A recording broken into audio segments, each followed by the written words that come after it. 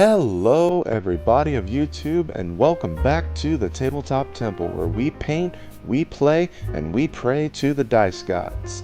I'm continuing today's video with Awaken Realms' Grimcoven paint series, and I've decided to paint the Gunslinger Hunter. Grab yourself a brush, or sit back and relax, and let's get started. The first color I decided to throw on was Peachy Flesh from Army Painter. You can also go with Crusader skin, but I decided Peachy Flesh because, well, I ran out of Crusader skin, and I need to go pick up some more. But these guys were once human, and he doesn't exactly have a lot of skin exposed except for the little bit that's underneath his cowboy hat. So use a small brush and get to it the best you can. Now the next color I decided to go with is Bony from Army Painter, and this is going to be for that little bit of tattered pieces of cloth that he has around him, as well as his mask. So the effect I was trying to go for here was to make it just look like it's old and just not so new to look at, and so that's pretty much the reason why I've gone with that color. And I apologize if my camera becomes a little bit out of focus. Now the cool thing about Bony matter is you don't have to thin it down. I think it really looks fine as is when you take it straight from the bottle, but just take your time, try not to really get it on anything else.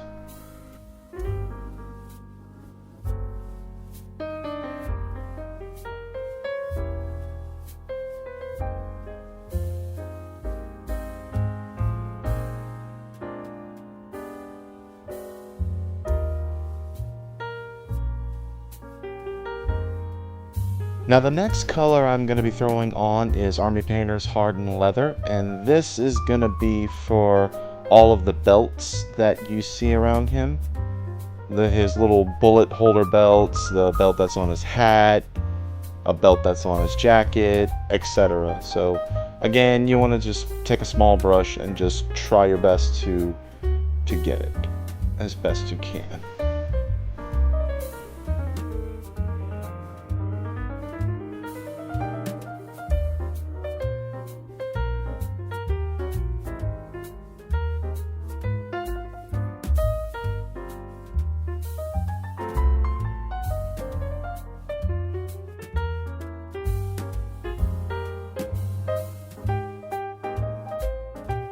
Now this was a bit of a spur of the moment thing, but I also took the hardened leather and I painted his boots with it, as well as gloves, just because I think once I add in the grim black to his coat and his hat, I didn't want the black to be overpowering on the miniature, so I think that the hardened leather to the boots and the gloves really add a nice counterbalance to the black, as you'll see later on in the video.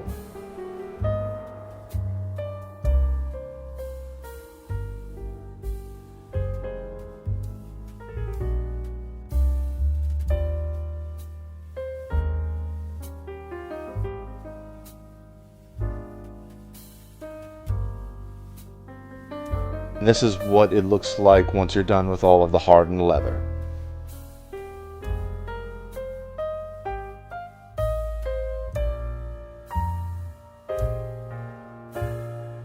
The next color I decided to go with is going to be for all the wood on his guns, and I decided to use Wyldwood from Citadel. This one I did thin down the wall with a little bit of water, just so it wouldn't be so dark. But just get it on his rifle, maybe he has it on his pistols, and maybe even one in his holder. I'm not entirely sure if all of the guns would be made out of complete metal.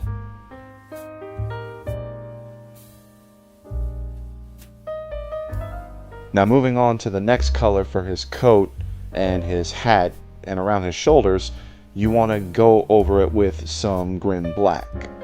You can thin this one down, but if you do, it's going to look a little bit more gray than black. So if you are going to thin it down, I would highly suggest you use a very slight touch of water.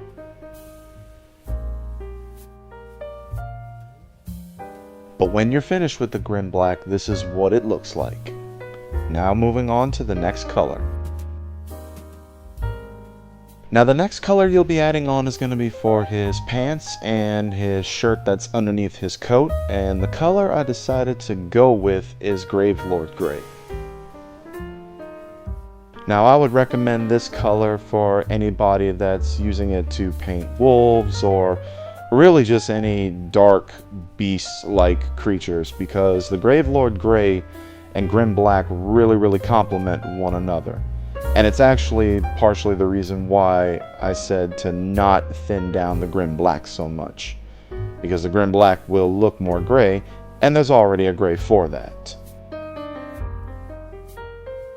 Moving on to the next color is very simple. Take some polished silver from the Army Painter and go over all of the gunmetal.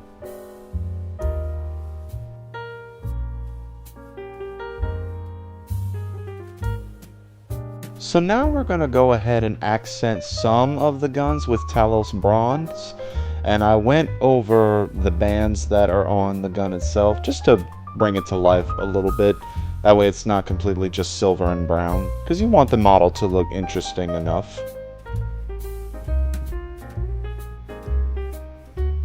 You can also go over maybe a bullet or casing or so, but again, it's just to make the miniatures guns look just a lot more interesting. So that's why I went with Talos bronze. Now the next two colors I'm using to go over the space he's standing on is going to be Gravelord Gray and Fyreslayer Flesh. I think these two colors will complement one another as both stone and ground. And if you want some of that slap chop to shine a little bit through more, then I would suggest thinning them both down. Maybe not necessarily the Gravelord Gray, but the Fyreslayer Flesh I would recommend you thinning down a little bit as well. Moving on to the corrupted form of the Gunslinger, you can use all of the same paints that I've used to paint his regular form. And if you want a full list, I will have the list of paints I used in the description below. But start with his skin using Peachy Flesh. Go ahead and use Bony matter for his cloth, as well as the little spikes that are coming off of his gauntlets.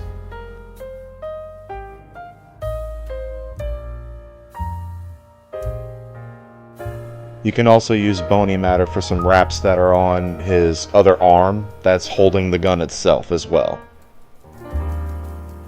There's also some little claws that's hanging from his coat, as well as an arm that's on the base. Use Bony matter and Peachy Flesh for those two as well. Using hardened leather, you want to go ahead and paint his boots.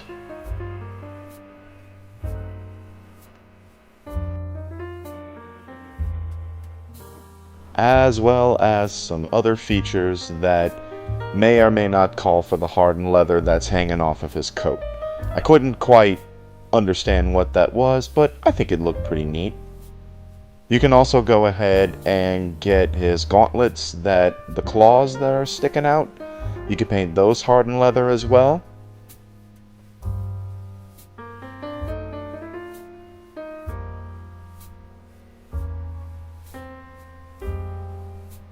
And I actually almost forgot the one that was holding up the gun above his head, so don't make that mistake.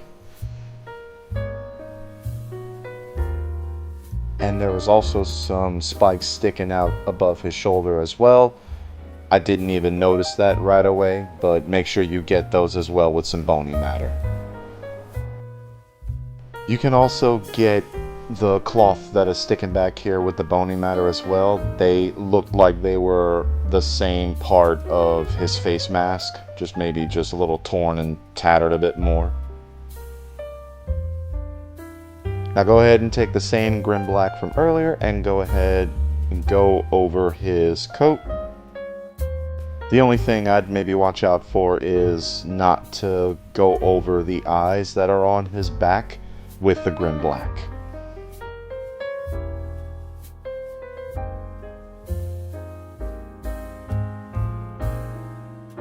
Now go ahead for this step to use the Gravelord Gray to go over his pants as well as the stone that he is stepping on. The next color you want to use is the Wyldwood again, and this is for, once again, the wood that's on his guns.